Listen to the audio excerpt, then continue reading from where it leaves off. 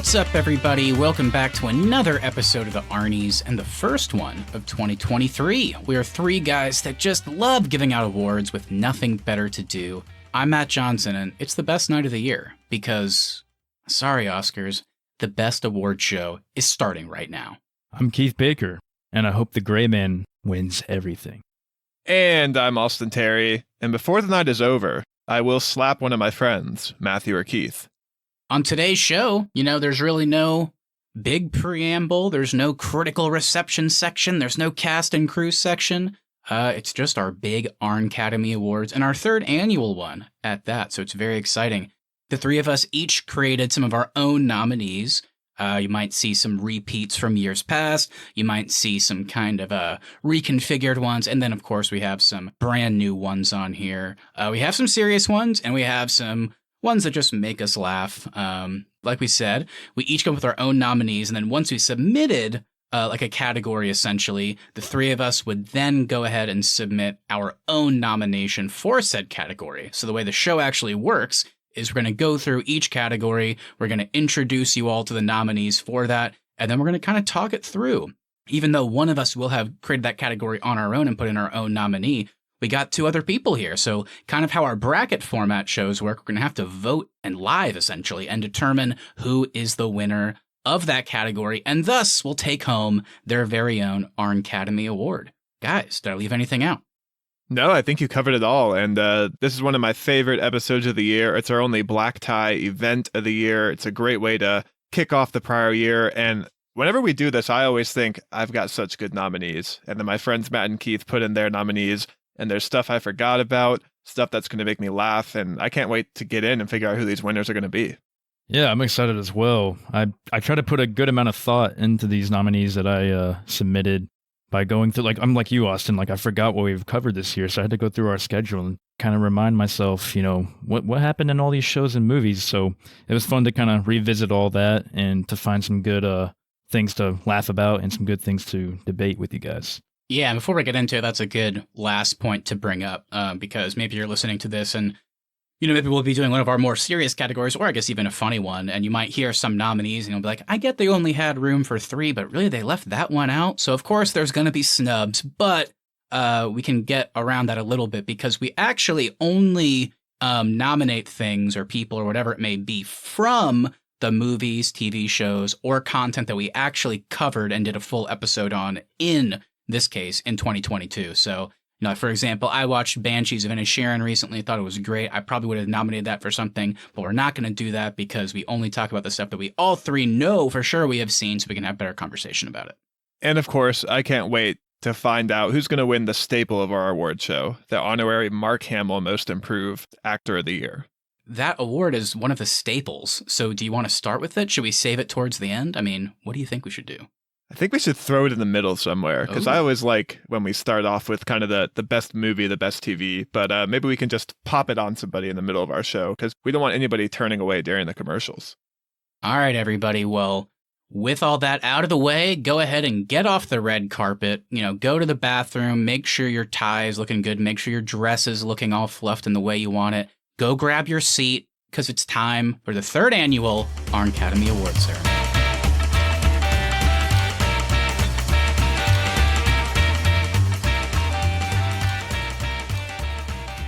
All right, everybody, welcome into the third annual Arncademy Awards. I think we should start the only natural way for our show, and that's the worst movie of the year. So let's get into that. And the nominees for the worst movie of the year are Halloween Ends, The Gray Man, and Morbius. Oof, we have 3 of kind of the worst here. I guess I'll shout out The Gray Man. I didn't think it was the worst of the year. I just thought it was boring. Whereas Halloween Ends, they just made so many baffling decisions with this movie. I don't think there was any other movie I could have put into this category this year. So my opening is pretty simple.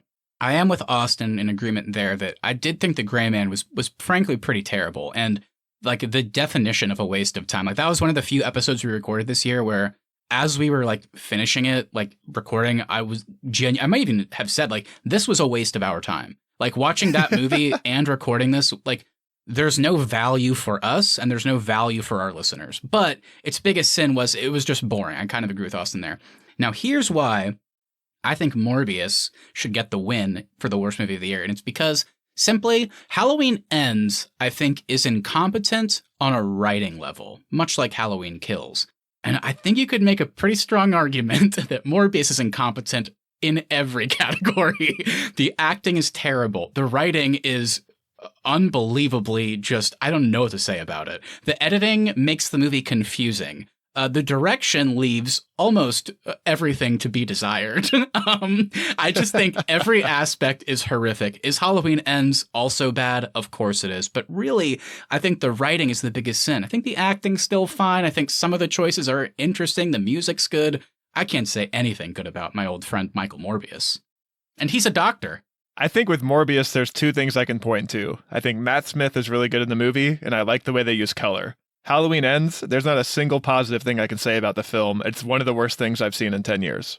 All right, well, I'm going to set up Keith then, because it sounds like even though Keith has a good nominee with The Gray Man, it seems pretty clear to me that Keith is going to be the tiebreaker here, because Austin and I basically feel the inverse about our nominees. We think there's nothing good about each other's picks. So Keith, it sounds like you're going to have to get in here and determine what you think is the worst of the year.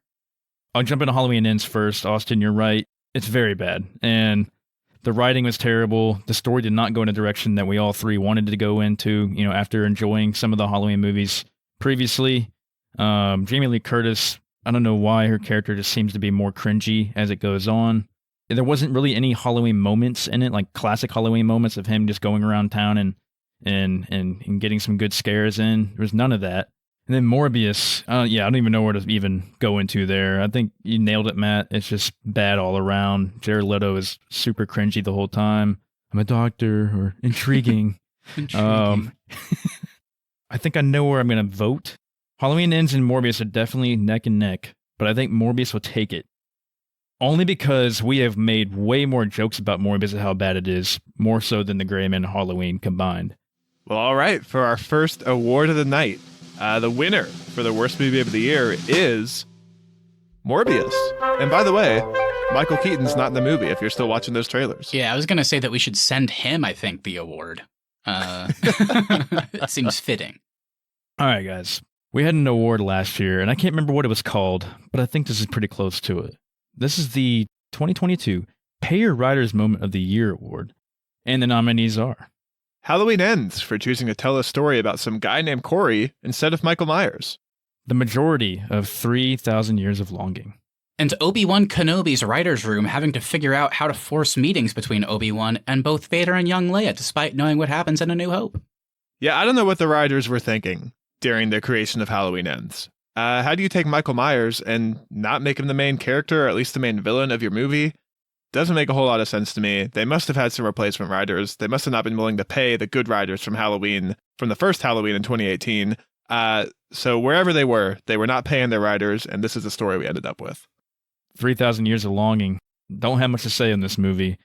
They had some cool short story montages that were fun, but then it quickly went downhill, I think, in the second half, where it was just kind of dragging and things weren't making sense anymore. None of the, I guess, science or whatever was up with Idris Elba's character was adding up. I can't remember this movie at all. I just remember it went downhill very quickly, and I did not enjoy it. Yeah, and mine, if I recall, the whole pay the writers thing that we did started whenever we were reviewing the Bond movies, and we got to Quantum of Solace. We were talking about like the writer's strike and how it that was kind of an excuse for all the really confusing writing moments throughout the movie. So whenever we talked about we've repeated pay your writers, it's always because there is just something so confusing, baffling, and bad happening on the screen. And I don't think any moment this year, or last year, I guess I should say, embodied that more than Obi-Wan Kenobi, because I didn't love 3,000 Years of Longing, so I can't go as far as Keith on that one. But when it comes to something like Halloween Ends, I can certainly see that fitting in a bit better. I can justify it a little bit since it is the third new Halloween movie, so I guess they want to do something different, and they were trying to play with the whole element of this trauma just impacting Haddonfield for so long because of Michael Myers that now it's directly infecting someone else. I don't love that they did it, but whatever. The thing that makes Obi-Wan kind of a special case to me is because we know what happens in Revenge of the Sith, and we know what happens in A New Hope, right? So they chose to tell a story in the middle, and by doing so, you can get all technical about it. It's still so stupid to me that he's like become best friends with Leia now, even though they kind of imply that they're meeting somewhat for the first time in A New Hope. And then Darth Vader. I mean, that's one of the most like iconic moments of all time, seeing Vader and Obi-Wan reunite in A New Hope. And it definitely, the dialogue in that original scene seems to imply they haven't seen each other since, Mustafar, like their big battle. And then this show, they just play around with dialogue in like dumb ways to like force Obi-Wan and Vader to have like 2 big lightsaber battles and have like multiple scenes together.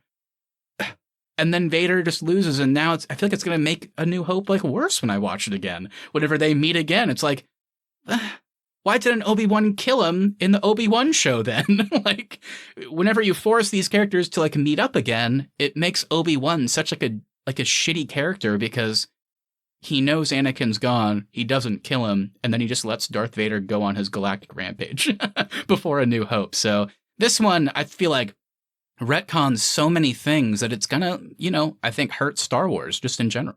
And that's a pay the writers moment right there. Yeah, I'm in full agreement with Matt on this one. As much as I think the story they chose to tell in Halloween Ends is bad, it's bad writing. I think if anything else was going up against it, I would be voting for Halloween Ends. However, the fact that the writers on the Obi-Wan Kenobi show somehow have now made the original trilogy just seem kind of pointless and dumb now because of this story, that's got to get my vote. It really is painful to say because I was really looking forward to this show. I'm a big Star Wars fan, Star Wars nerd, especially with this one you said. I think they could have had Vader in this show, but just have them separate the whole time. They didn't need to have them meet up at all. I think Obi-Wan finding out that Anakin was alive was good enough. Pretty disappointing. Where am I going to vote? I think I'm still, as much as this was disappointing in Obi-Wan, I think I'm still going to throw a vote towards Halloween Ends, though. Just because of some kid took on Michael's powers. So stupid. So I'm going to throw a vote to Halloween Ends. Yeah, I really, really dislike Halloween Ends quite a bit. The only reason it's not going to get my vote is because I can see what they were going for. I didn't like it, but I can see what they were trying. Whereas something like Obi-Wan, I just don't really see beyond, I don't know, like what? Like fan service, like, oh, let's have a young Ewan McGregor Obi-Wan fight Vader again. What if he met young Leia?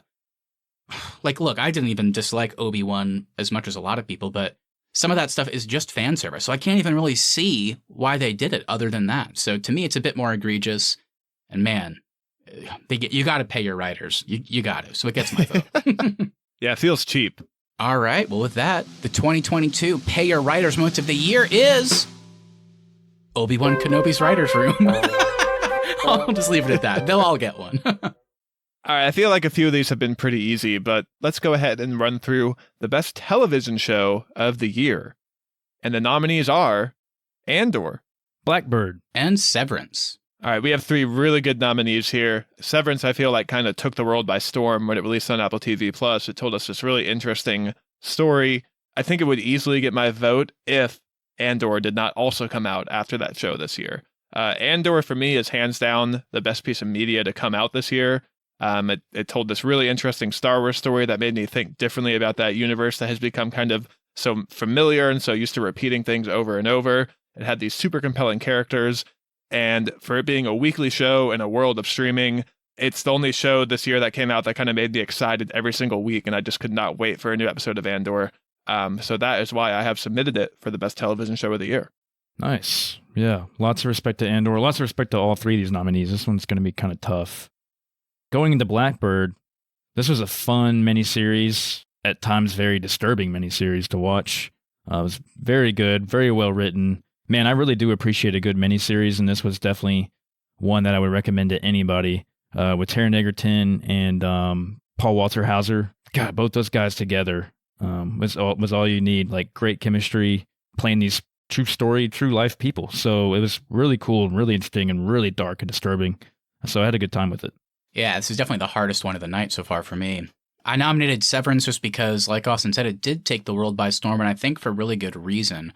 I shit on something like Morbius at the top of the show because I thought it was incompetent and bad in pretty much every category, whereas on the complete other end of the spectrum, you have something like Severance, which I think is top tier in almost every category as well. The acting is unbelievable. Adam Scott, kind of being our lead focal character, just absolutely fantastic. And then, of course, you have people like John Turturro, Patricia Arquette, Christopher Walken even, which is crazy, kind of filling out some of those main side roles. The atmosphere is tough to beat in this show, going from like a pretty run-of-the-mill, like cold suburban town to going into like the basement depths of this company where, you know, the severance process means, you know, they have to separate their work and personal life. And I think like the architecture reflects that. I think when it comes to genre, this one's also really hard to beat because it's really a great drama. It's really funny at times. And I think people like Zach Cherry, even just like kind of picking certain characters to be comic relief at times, is a good way to have a lot of that comedy. It's really scary. It's like a great horror thriller at times. And on top of all that, it's also a super compelling mystery. And it's kind of like an ever-evolving mystery. Like at times you're just like, well, who's running the show here? And then where it ends up with, you know, a certain, I guess maybe I shouldn't like do full spoilers or whatever, but like a certain character maybe being lost in Adam Scott's personal life, potentially being found in his work life, but then maybe he's going to forget all about it because of the whole severance process. Like just a really fascinating mystery, the entire show. And I think I mentioned this on the podcast when we reviewed it.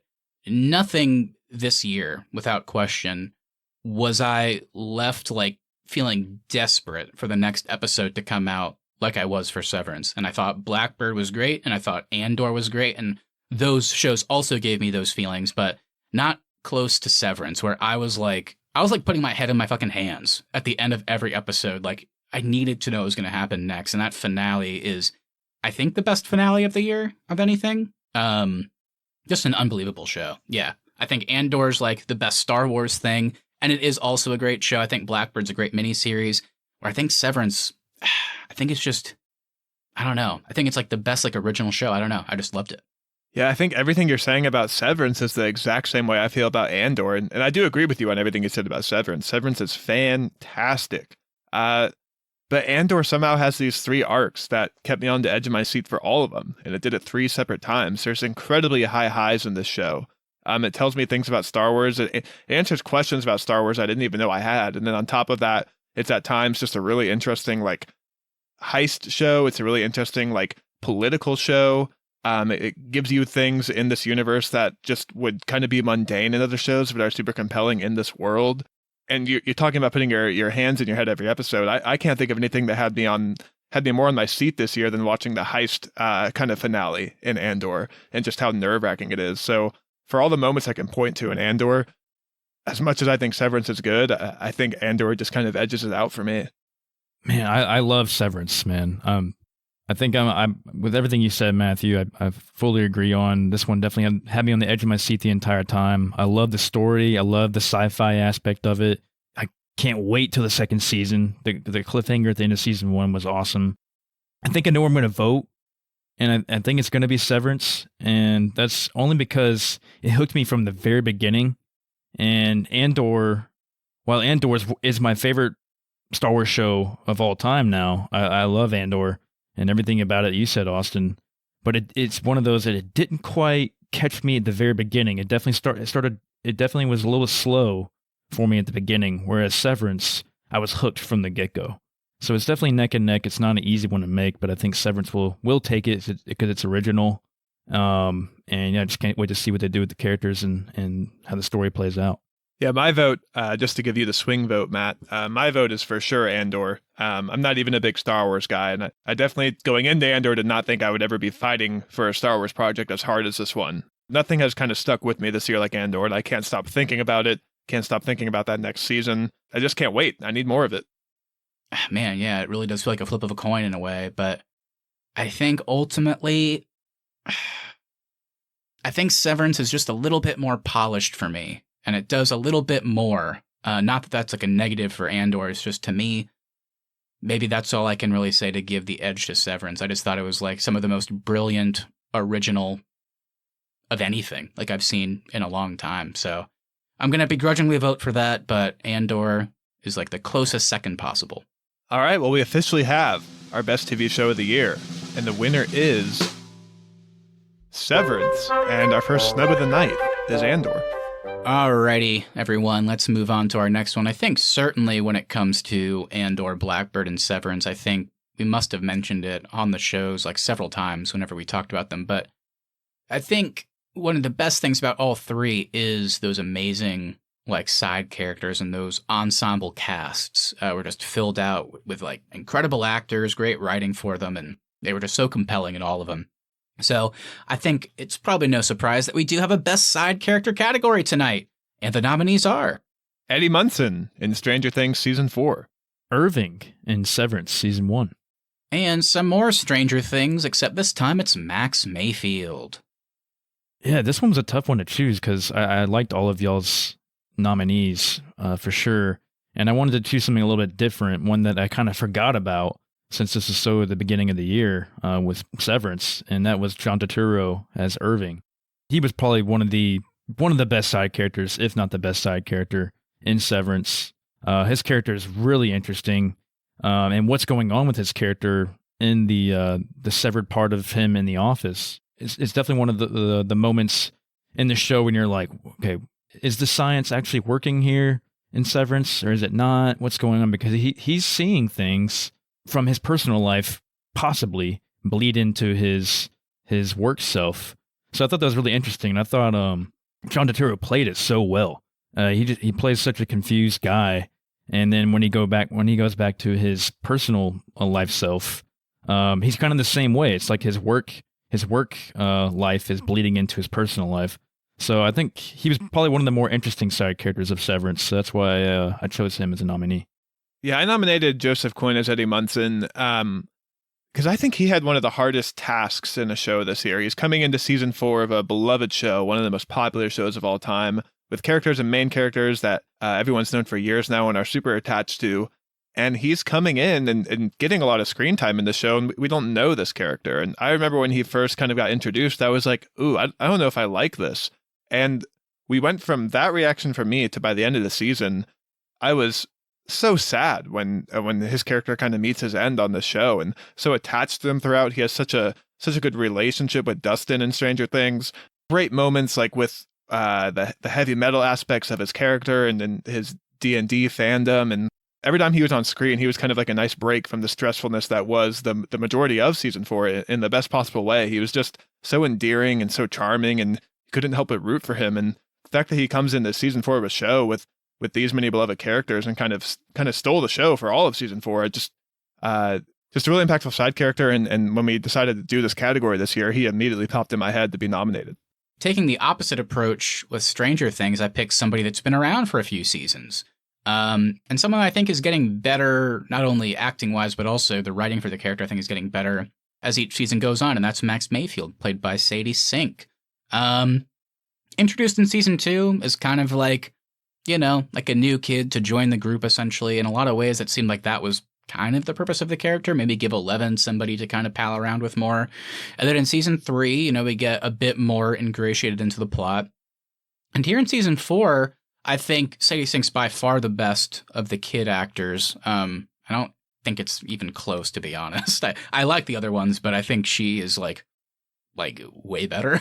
So that also helps. But I think it's easy to forget that she has her own, first of all, like her own kind of episode with Dear Billy, the one that like running up that hill kept dominated this year. And that's where running up that hill. And that's where that came from. But I also bring up that episode because she has like a really hard role to play in the season, because they can basically just keep telling us that she's Vecna's next victim the entire time. So she really feels like she's kind of on borrowed time throughout the season. And there's real stakes to that character. And there's real depression and pain and sadness associated with that character that we don't really get to see in Stranger Things with a lot of the kids, because I think maybe too often in that show, they try and be like all uppity with the whole 80s thing. And it's like, this is one of the few characters where there's like some realness there. I think Sadie Sink plays all of the sides of the character super well.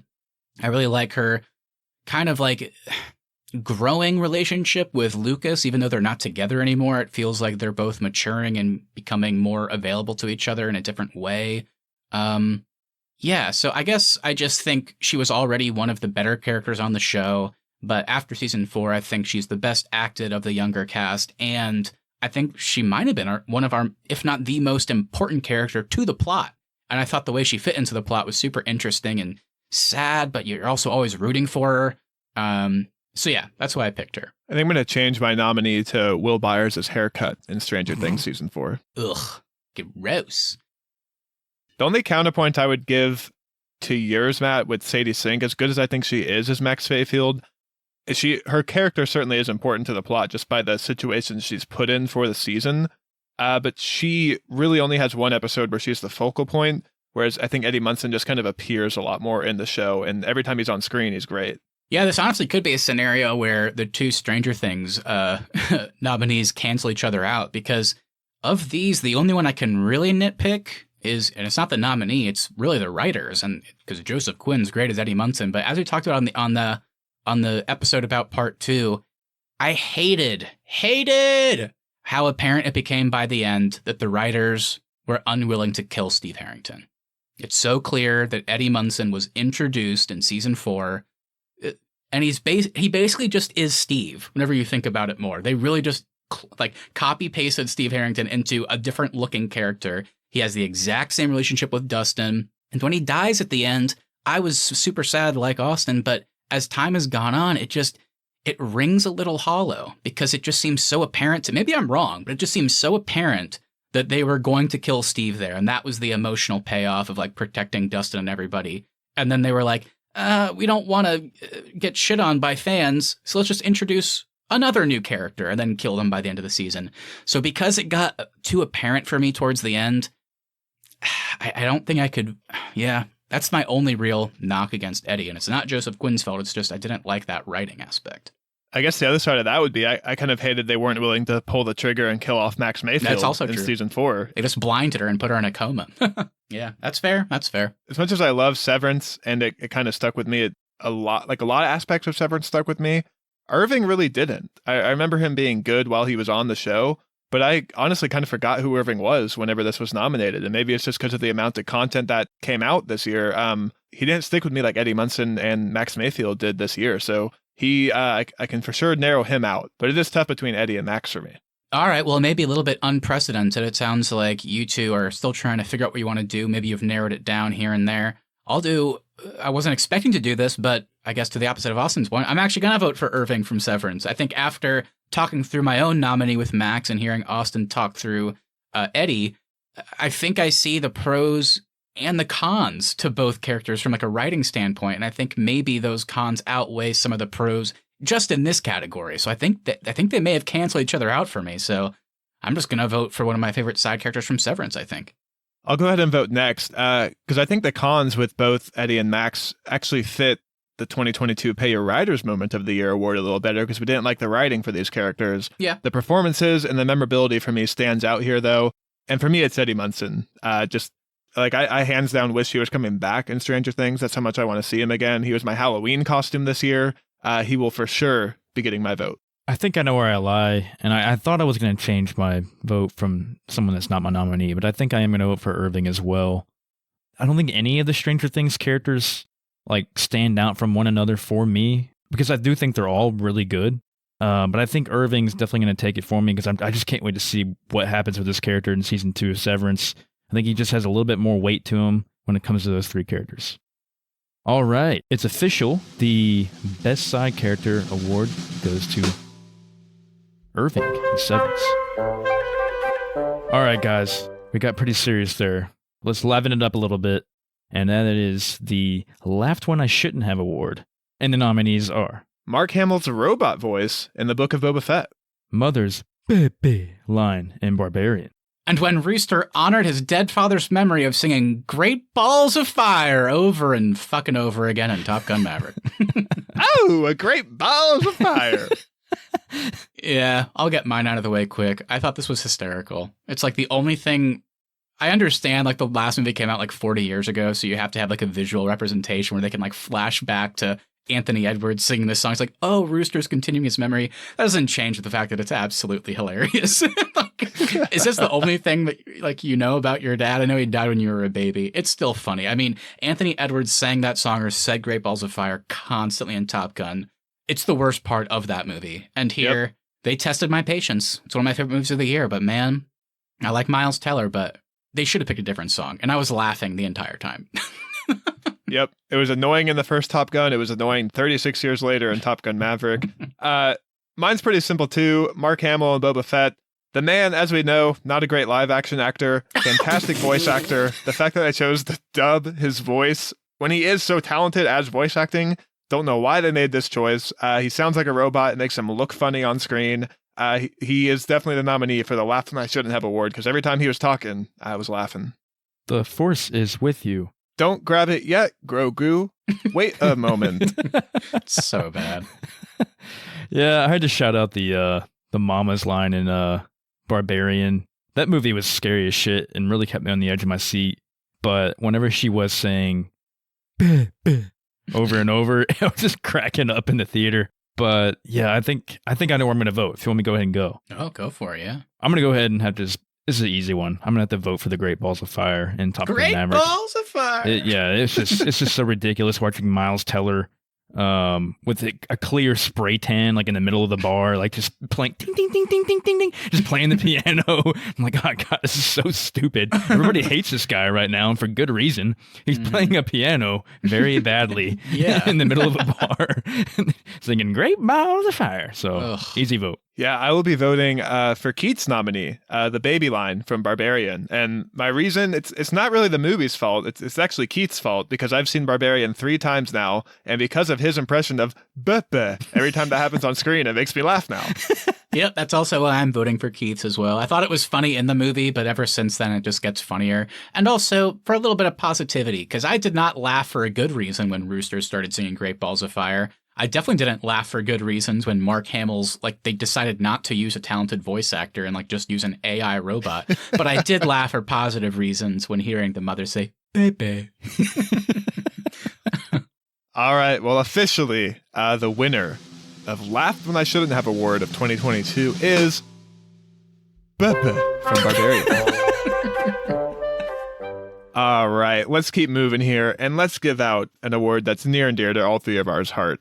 The Terminal List Brother Award. It's anything that was so bad it annoyed us this year, because they say brother a million times in Terminal List, and it got annoying. So, the nominees for the Terminal List Brother Award are the entirety of Spider's story in Avatar 2. Korg in Thor Love and Thunder. And me on the podcast this year, post seeing the Terminal List.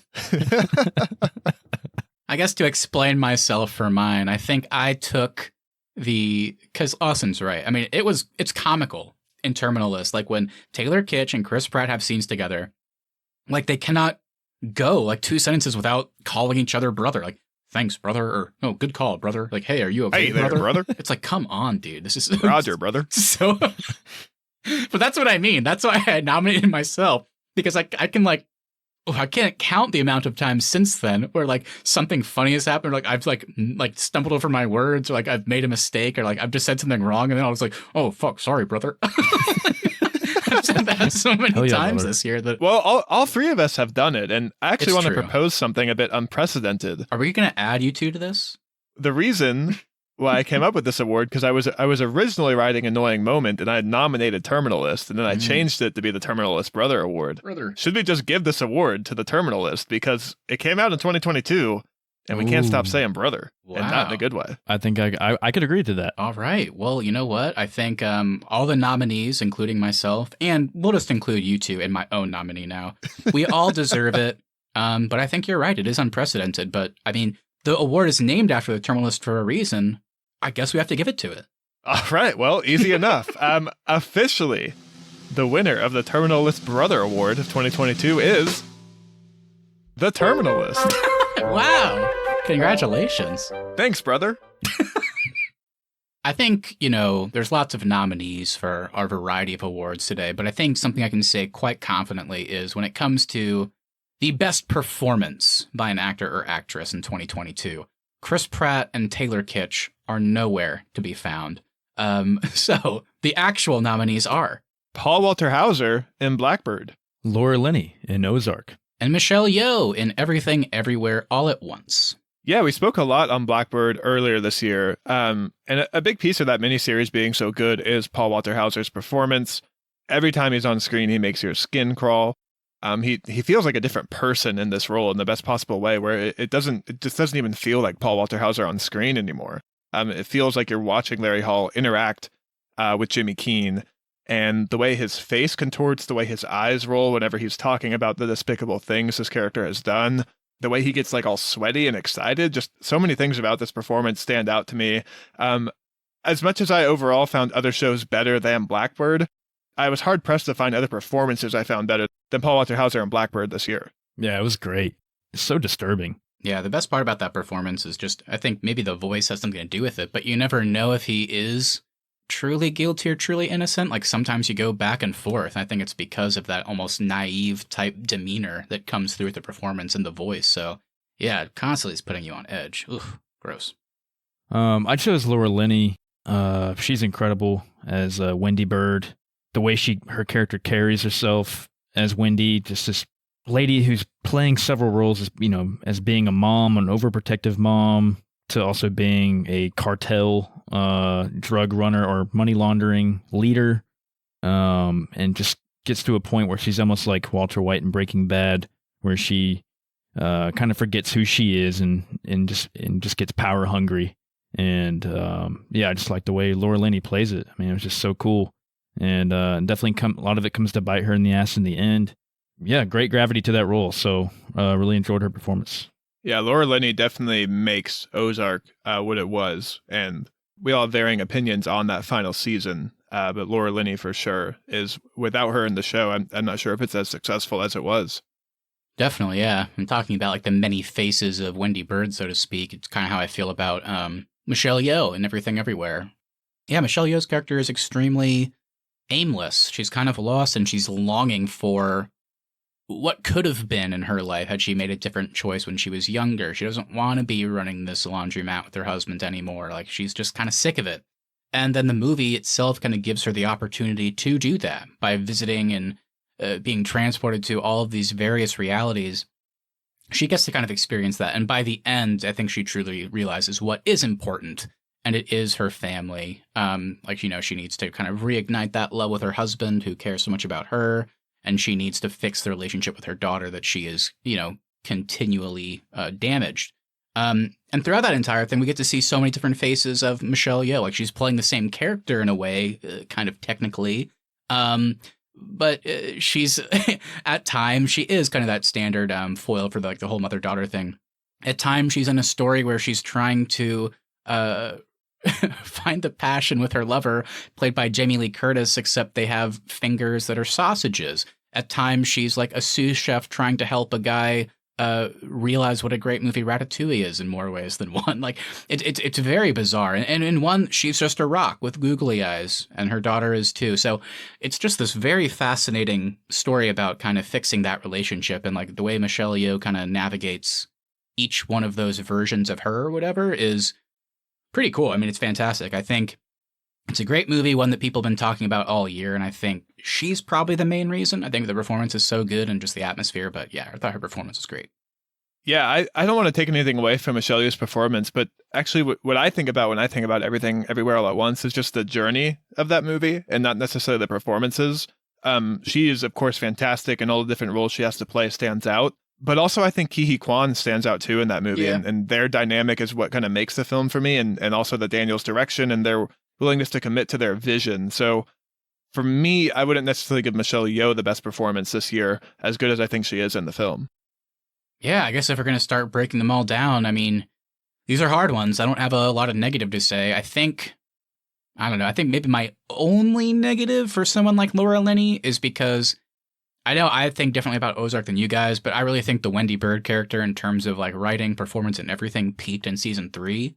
I think season 4 part 1 is fine, and season 4 part 2 is really bad. But that's not what we're talking about.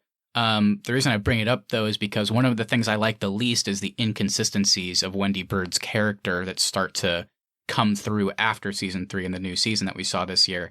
And I did feel a lot of the time like, wow, Laura Linney is really good in this show.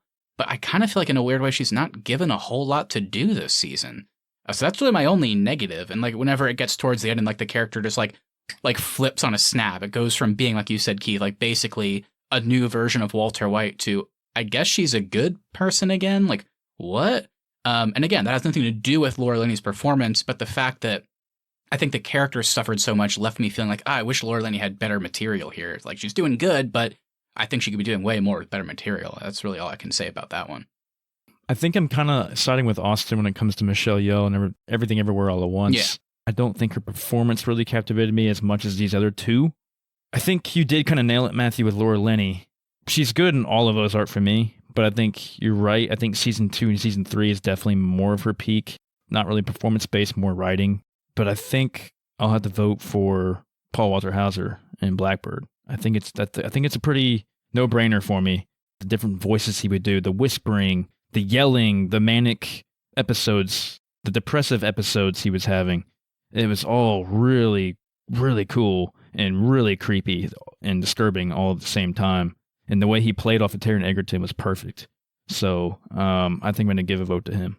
The thing that is kind of edging out Paul Walter Hauser for me over these other two is it's not necessarily fair because he is playing someone who is a real life person. But if you look up Larry Hall in real life, just it's hard to distinguish the two. And I think that's incredible, just the way he gave that performance. So he will also be getting my vote. Paul Walter Hauser is probably a close second for me. I think it's mute at this point, but I would probably stick with Michelle Yeoh. I do agree with you guys. I mean, I did think about also nominating Ke Huy Quan and Stephanie Sue for this one. I just ended up settling on Michelle Yeoh.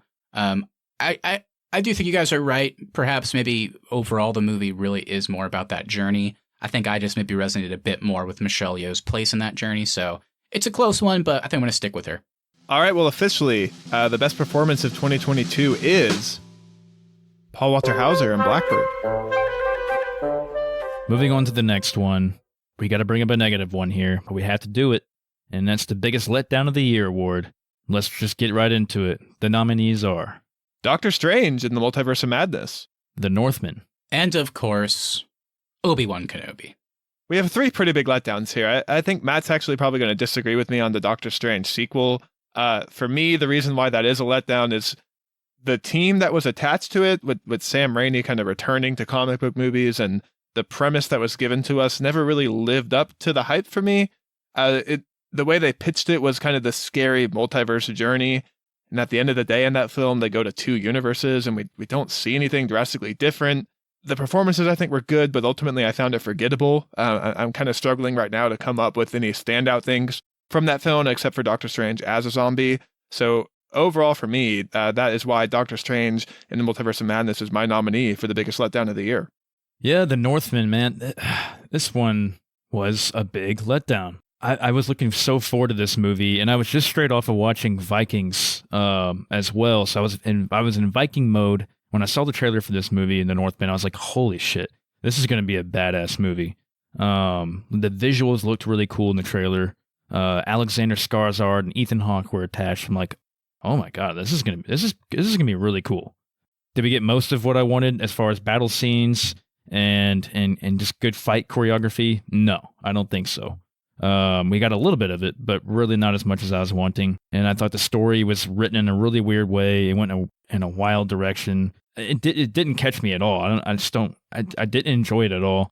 I was really hoping for a classic Viking battle story, and that's just not what we got. So pretty big letdown.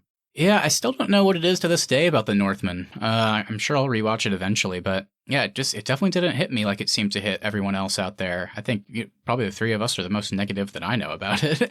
But yeah, it just didn't connect, and I was really excited for it. It wasn't like a lack of action or anything. It wasn't like, it wasn't that I didn't get what I wanted necessarily. It's just what was on screen. I don't know, just found it a little bit meandering and just not as compelling as I expected or hoped for going in. So yeah, definitely a letdown for me. When it comes to Doctor Strange, the Multiverse of Madness, definitely not as down on it as Austin, but I still see some of the points for sure. I do think it is a letdown in a lot of ways. When it comes to positives, I did enjoy the relationship between Doctor Strange and America Chavez. I think Benedict Cumberbatch was always great. And I think I'm on the opposite for a lot of people, is I really like the turn for Wanda Maximoff. I think Elizabeth Olsen played a great villain. But there are some like strange, no pun intended, story things and choices and like where they chose to spend a lot of their time versus kind of what the title suggested. So I can appreciate that being a letdown. For me, what it comes down to with Obi-Wan Kenobi is it felt different going into that one, right? It was just such a huge deal to finally get that show or project announced. It's been talked about for years. The last time we saw Ewan McGregor was in 2005 in Revenge of the Sith. And here we are 17 years later, and we're getting another story with him set between Revenge of the Sith and A New Hope, and it's live action. It's not just like him doing the voice or anything. Like, this was huge. And it was billed as like this 6-part, like, huge miniseries event only on Disney Plus. And I just kept getting more and more excited. I was excited Vader was in it. I didn't want them to encounter each other. And really, to keep it simple, the fact that the show, I would have been okay walking away from that show and being like, I wish it was better. Instead, I walked away after, and especially after thinking about it more, I think I am closer to Austin, where it's just a baffling show. I just don't know how they fucked it up so bad. It just seemed like such an easy win, right? I mean, just telling a compelling, like, quick little, like, short story between episodes 3 and 4 with Ewan McGregor back in the role, and it became this strange, episodic, confusing, like, not introspective character study. We barely get to spend any time with Obi-Wan. Like, we don't know how he feels about Vader coming back. And what it ends up being is just like this, like, fetch quest to get young Leia. She keeps getting kidnapped, and then Obi-Wan's got to go save them. And it just, I really love that young actress, and I liked their chemistry, but it just took up too much of the show. And so by the time the credits finally rolled, I was like, wow, that's the story they chose to tell with a show called Obi-Wan Kenobi, with Ewan McGregor finally back in the role. Like, I don't know how they missed the mark so bad. And it was my biggest letdown for sure. Yeah, for me with The Northman, I totally hear Keith's point, and it's fair to be let down by not getting what you wanted from a movie.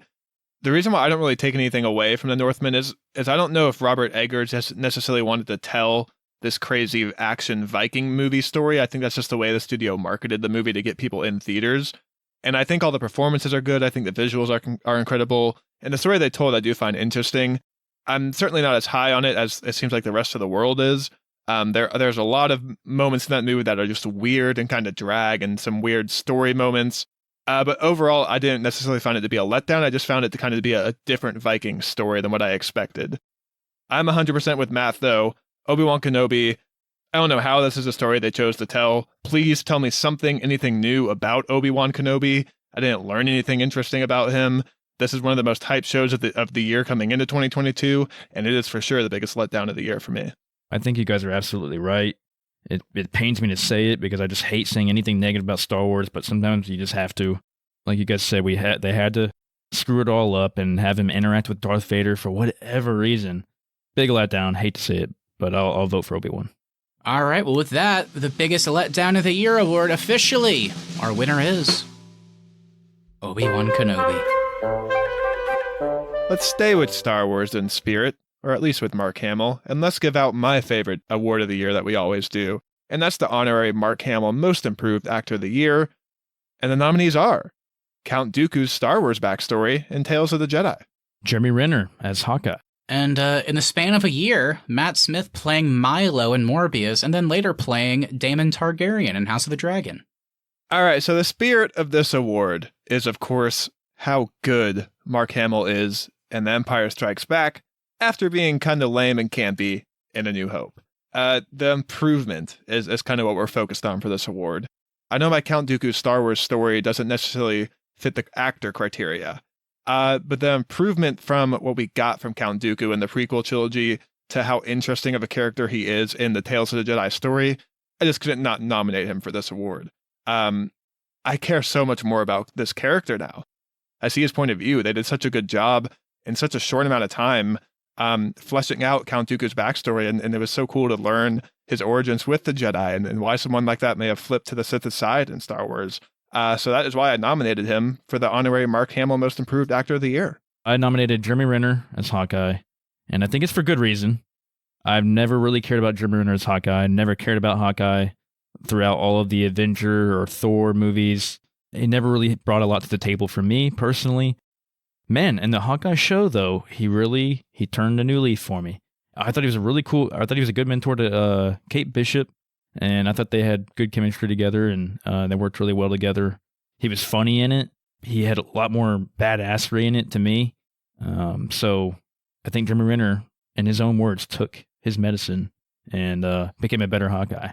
Yeah, and mine is more of a less about quality of acting and more about quality of project. Because earlier this year we had Matt Smith stars the villain Milo in the official Arncademy Award Worst Movie of the Year, Morbius. And then later in the year, he played, I think, one of the most compelling, talked about, like fucked up, kind of interesting, kind of disgusting, kind of want to root for him, like character in one of the best shows of the year with House of the Dragon. I came to House of the Dragon late, and I definitely had been hearing about Matt Smith quite a bit in it, and he certainly did not let me down. Again, I think I agree with what Austin said at the top. I think in terms of like quality of acting, Matt Smith as Milo is the best part of Morbius, but that doesn't really mean a whole lot. So that's kind of the way I'm looking at this award today. He went from arguably the worst thing of the year to one of the best and one of the better characters in it. I 100% agree with you on quality of project.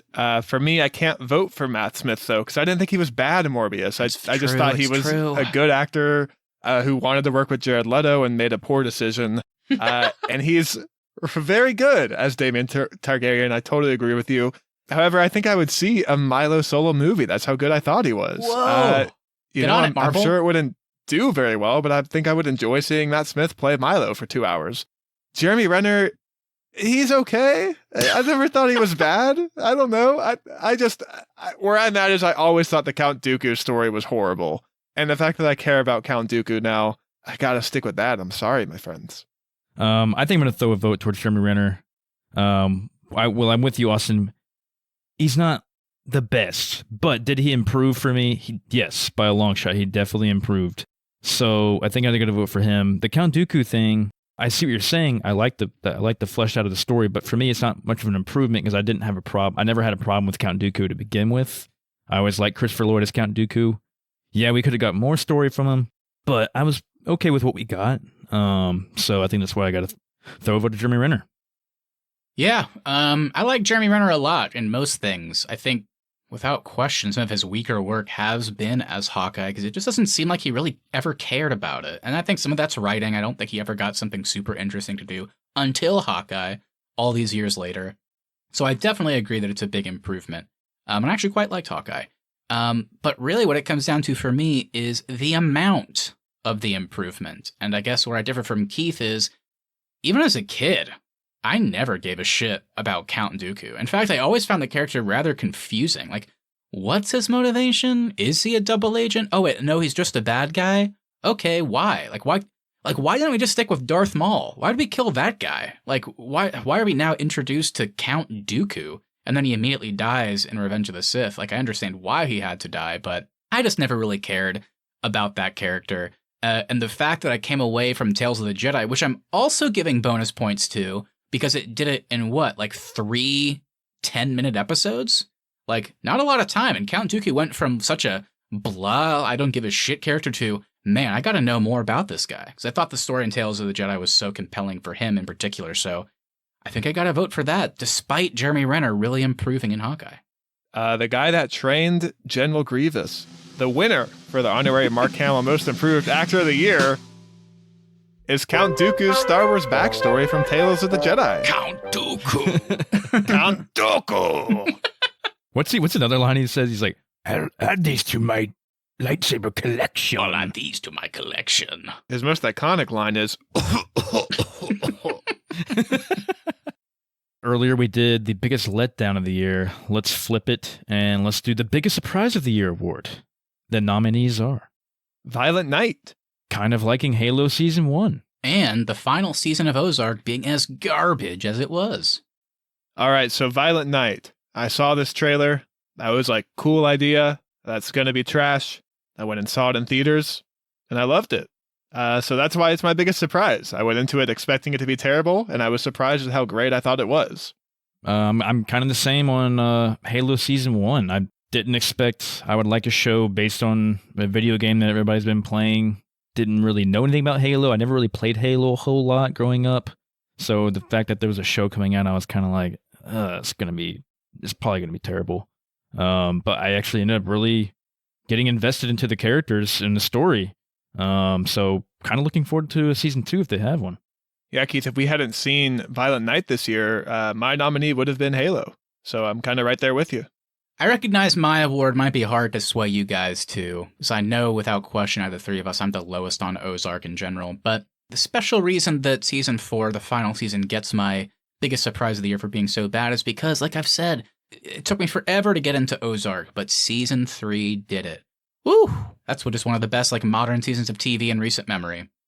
And then you get season 4 split into 2 parts where they just inundate us with so many new characters. Did anybody have on their bingo card that Wendy Bird's alcoholic dad would be the main villain of the second half of season 4, the final season? Not me. And because why would I?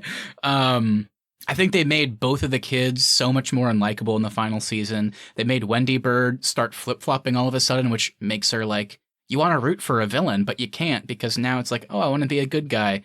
And then the whole aloof Jason Bateman thing, I think, ran its course by the end of season 4, to the point where they all reunite as a family towards the end. And I thought it was hilarious. It was comical. Wow, this is how we're wrapping up the story. To me, it felt like a final season of Game of Thrones thing. It felt like Ozark originally was supposed to have 5 or 6 seasons, but then the people involved were we got to move on to different things. I'm not really feeling this show anymore. Let's just make this the final season. And then they just shoved all this shit into it that made the entire thing drag down. It was my biggest surprise because season 3 was so good and I thought 4 was so bad. But I know you guys might feel differently. Yeah, I just can't sign off on it being garbage is my thing. I agree. I think it's probably the worst season they put out of the show. I still thought it had some fitting moments and some fitting ends to some of these characters. I like that we left not fully kind of understanding where everyone stands. I think we talked about this on the episode. I don't necessarily think the ending was great, but I did think it fit the world, which was the kind of the best praise I could give it. It didn't surprise me, I guess, is what I'm getting at. I thought it was going to be hard to stick the landing, so I wasn't surprised that they struggled to actually kind of wrap up the show effectively. Yeah, I think I'm kind of with Austin on this. Do I think it was bad? No, I still think it was really fun to watch, and I was still sitting on the edge of my seat, as always, with Ozark. And it gave us a great kind of side new villain in Javi, who was definitely underused and story was underutilized, but still loved when he was on screen. Yeah. One thing you did say, Matt, that I totally agree with was Wendy's, and we talked about it earlier with Laura Linney, was Wendy's flip-flop. She was becoming this Breaking Bad Walter White, power-hungry character. It was building that the whole season 3 and the beginning of season 4. And then at the very end, she tries to be the good mom again. That didn't make too much sense to me. But do I think it was bad? No, I can't say I do. Well, here we go. I'll make it easy for you guys. I think Austin's right. I probably shouldn't have used the word garbage in the nominee. Maybe if I'd said bad, I could have sold it more. But that's the fun thing with these awards. You got to be able to sell your own verbiage. And that's the exact reason why I'm voting for Halo. Because Keith didn't even say Halo Season 1. His biggest surprise of the year was kind of liking it. I think that's the right way to put it. I didn't love it. I kind of liked it, and I wasn't expecting to. Violent Night I absolutely loved, and the only difference I have with Austin's history with it is whenever Keith and I saw Halloween Ends, literally one of the most fun parts of that night was seeing the trailer for Violent Night. We're that looks awesome. And whenever I saw it, I was that was awesome. So wasn't too much of a surprise for me, whereas kind of liking Halo, I think is the perfect way to put it. It was pretty surprising. All right, well, I will throw my vote for Violent Night. Spoiler alert, it will be in our holiday bracket next year for 2023, and I will be pulling for it to go pretty far. This one's easy for me. It's going to be Halo, because I also was not surprised by Violent Night. I was pumped for Violent Night when I saw the trailer. So Halo Season 1 for sure. Kind of liking it, because like I said, I didn't love it either, but I kind of liked it. All right, well, we were in the minority of not liking the Northmen, and we are in the minority of liking the first season of Halo as well. So officially, the biggest surprise of the year is Halo Season 1. I went back and listened to that Halo episode, and I said, I quote, I think I loved it. So I was very high. Again, you said you think you loved it. Halo. Yeah, you never know for sure with Halo Season 1. You kind of liked it. You think you loved it. That's the beauty of it. All right, we have a lot of directors coming out of COVID claiming, my movie's not going to streaming. You got to see it in theaters. Which movies do we agree with that statement on? The award is the Needs to Be Seen in Theaters Award, and the nominees are Top Gun Maverick, Avatar: The Way of the Water. And Halloween Ends. Where else are you going to see it? I'm not going to win this one. One of the best theater experiences I had was watching Halloween Ends next to Keith and literally like going back and forth, looking at each other like, what the fuck? Like, what's happening? Like, and like sometimes laughing, sometimes like getting up to go to the bathroom and like walking around after so you didn't have to go back in yet. Like literally, you should never watch Halloween Ends anyway else, kind of like Austin did. The biggest mistake I made with Halloween Kills retroactively was watching that shit on Peacock. I should have been in the theater, asking questions out loud and laughing at it. And by God, that's what I did for Halloween Ends. Only see it in theater. Yeah, I don't think Halloween Ends should be seen at all in theaters or on streaming. I think it's that bad. My favorite theater experience of the year was easily Barbarian. However, with Top Gun Maverick, Tom Cruise delayed this movie for like 4 years or whatever it was, saying this has to be seen in theaters. And I gotta say, he was right. This is a theater movie. It's pure spectacle. Also a great story. I went into this movie kind of expecting to be underwhelmed and was pretty blown away with how much I enjoyed it. Can't stop talking about it. Still to this day, think about how great it is. So that's why I nominated Top Gun Maverick. Yeah, I nominated Avatar: The Way of the Water due to all the reasons that we listed out in our previous episode on that. I mean, the visuals were just unreal. Watching it in 3D was surprisingly really cool, really trippy. Everything was super crisp in the movie as far as the water goes, the swimming, all the swimming scenes. All of it looks so cool. I definitely think this is one you have to go see in theaters to get that experience and watch it in 3D as well. I think Avatar: The Way of Water just is like a next level experience when it comes to visuals. Like it's the craziest, like most like beautiful and like crazy awe-inspiring like visuals I've seen in anything ever up to this point. But I think I would, despite that, give the edge to Top Gun Maverick because it was a kind of different type of theater experience. I think when it comes to those Tom Cruise practical effects, that certainly helps when it comes to all the flying sequences. But I don't know. There's a reason Top Gun Maverick in particular, I think, took the world like so hard, so fast. And I just think it's because it kind of, I don't know, it brought me back to being a kid a little bit. And seeing movies like those big blockbuster movies in theaters. Like there's like a special something to those movies from way back when. I mean, this had that. Like the practical effects, like I was in awe of them watching them in the theater. But then even like the smaller scenes, I don't know, like even like the moments between him and Rooster, between him and Jennifer Connelly, like I kind of felt like, wow, I'm so glad I'm seeing this in theaters. Like being around people, this experience, like it's just great. So even though like Avatar, I think is like the better looking movie in that sense, I just think Top Gun Maverick, like the experience involved with it, it feels more active instead of passive in a way. So I think I'd have to give that. I mean, that's probably my best theater going experience this year. Well, I will actually be voting for Avatar: The Way of the Water. I kind of think this movie should only be seen in theaters. The visuals are unlike anything I've ever seen on a movie screen before. And Top Gun Maverick, while I loved it and I think it's incredible, I think you can enjoy it at home, like kind of watching it anywhere. I think it's that good of a movie. Whereas Avatar, I don't know if I would watch it at home. I kind of want to only ever see this movie in theaters just because of the spectacle that is playing out for you on the big screen. So I'll cast my vote for Avatar: The Way of the Water. Okay. Yeah, that's good logic because I've watched Top Gun Maverick since then. And we talked about it in the Avatar episode. I watched that first one like 3 or 4 times in theaters in 2009. The next time I saw it was like the day before I saw The Way of Water. I had no interest in ever watching it again. And I wouldn't be surprised if I never see Way of Water again. Maybe I'll just be in theaters in a couple years watching the third one. Because what's the point? I don't know. It's a good argument. Austin, you made a very good point. I liked it a lot. I love Top Gun in theaters. I loved the whole explanation of the G-forces when they're flying the planes and the way the camera angles are, like you said, the practical effects when they're flying these actual jets and hearing the jet engine and feeling the force when they're climbing a certain altitude or dive bombing towards the earth. It all looks so cool. And like you said, even the downtime scenes with Tom Cruise and the other pilots and or his love interest and all that were all good as well. So it was a good all around movie, like you said, Matthew. Like it definitely had that old school movie theater experience to it. But I think I might have to side with Austin on his argument. Top Gun is something I know I'll probably still enjoy sitting at home as well. Whereas Avatar, I think this one has to be seen in theaters. And like you said, Matt, I don't really see myself watching Avatar anytime. It's way too long. It was good, but I'll just go see the next one. I don't really need to see it again. I think the theater experience was phenomenal. So I'll give a vote to Avatar. All right. Well, James Cameron would certainly agree with us as well. Officially, the Needs to Be Seen in Theaters Award of 2022 is Avatar: The Way of the Water. All right, everybody. We made it through. It's time for the final award of the night, the big one, the best movie of the year.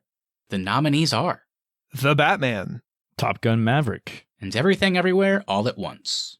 Yeah, with The Batman, I'm pretty sure it's not going to win this award. I did want to throw it up there, though, just because I think this movie had a lot kind of going against it with, the Robert Pattinson casting and the Snyderverse folks and just the weirdness that is the DCEU. And I came away pretty blown away with this movie. It gives me a whole new different version of Gotham I've never seen before. It gives me a really cool detective noir story from Batman, from the Riddler. It gives me a different version of Batman that we've seen so many times played by other characters. I have never seen this type of Batman before, and I was really enthralled by Robert Pattinson's performance. It makes me think about Batman differently with the way Catwoman kind of calls him out and says, hey, you only focus on the big stuff. You don't help the little guy. Zoe Kravitz as Catwoman is incredible, and her dynamic with Robert Pattinson is great. I think the score is beautiful too, and there's so much about this movie I love that I kind of felt like I had to nominate it this year for Best Movie of the Year. Yeah, I had a great time with The Batman. Like you said, Austin, it was a different take on Batman and Gotham and Commissioner Gordon. Like you said, it's like a detective noir type style. Everything Everywhere All at Once. Definitely enjoyed that as well. Also saw that in theaters, and it was great. Like we talked about it earlier. It was cool to see all of her different dimensions and realities, and the way she played her different characters. The kung fu scenes was cool, and just a fun movie with a cool message. I already know where I'm going to vote, so I'm going to go ahead and say it. And I'm going to vote Top Gun Maverick. I think universally it was the best movie of the year. The action scenes, the plane scenes, the practical effects, the performances, the fact that it's, pretty family friendly. You can take anybody to see it. And I think they'll have a good time. And the story was simple, but told well.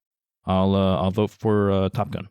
I'll go next. As much as I love The Batman, I will be voting for Everything Everywhere All at Once. I think Top Gun Maverick is a very fun experience. It's thrilling. It's incredible. I think the best description for it is a thrill ride. No movie this year had kind of the impact on me that Everything Everywhere All at Once did. The journey that the Daniels told us is incredible, like I talked about before. However, this was the only movie this year that had both myself and my wife teary-eyed by the time the credits rolled. The message is beautiful. The way the story unfolds, where you don't know where it's headed, and then the way it kind of hits you with its emotional weight. It's pretty incredible. The performances are great. The visuals are stunning. There's so much about this movie to talk about. Hands down, I believe it's the best movie to come out this year. Yeah, I won't talk too much about why I nominated it. I think you guys already covered it. I mean, it was just like probably the most beautiful journey I took of this year. An emotional roller coaster, and one that felt real at the same time while managing being funny and scary and sad and everything in between at different times. This is really hard for me, though. Top Gun Maverick and Everything Everywhere All at Once are definitely my top two favorites of the year. I think they're the two best movies I've had the chance to see this year, and I don't really know where to go. Ugh, it's tough. Top Gun Maverick is just such an achievement. It is so fun, but it is also quite emotional. I was getting teary-eyed during that movie, with that relationship between Iceman and Maverick and Rooster. Like the way it's shot, I mean, it's a feat. I don't know how they did it. And despite using familiar tropes and familiar stories and plotting and pacing, it still felt new. It was just packaged in such a fresh and fun way. I mean, everything about it is great. I guess really I'm just having to figure out if I want to reward a technical feat that way, and then something like Everything Everywhere, which is more of maybe an emotional feat, also technically impressive, and especially in the editing too. Man, I could truly flip a coin. I could go different movies on different days here, but I gotta pick today. I think for now, my best movie of 2022, my vote goes to the one that I was a bit more impressed by and emotionally invested in. It's close, but I think I'll go Everything Everywhere All at Once today. Wow. I kind of thought you were going to go Top Gun. I thought you were going to go Batman there for a second. No, Batman's movie I liked. Did not love it, unfortunately. Yeah, I was just left kind of speechless by Everything Everywhere All at Once, which is kind of why I had to vote for it. All right. Well, with that, officially, the best movie of the year and our final award of the night. The winner is, for 2022, Everything Everywhere All at Once. The Arnies have spoken. And we have declared a lot of awards this year and a lot of winners. So many awards even throughout the year with our kind of weekly episodes. But I think the ones we ran down tonight are the best we could have given. I agree. I think everything is very fitting, very deserved. The best one is still the biggest surprise of the year, going to Kind of Liking Something. That's pretty funny. That feels very fitting for us, I feel like. I think that's the jewel in the crown of tonight's award ceremony. All right, everyone. Well, there is your big, fat award episode to start off 2023. Thank you all out there so much for listening. If you enjoyed this episode, make sure you hit that follow button so you never miss our upcoming content.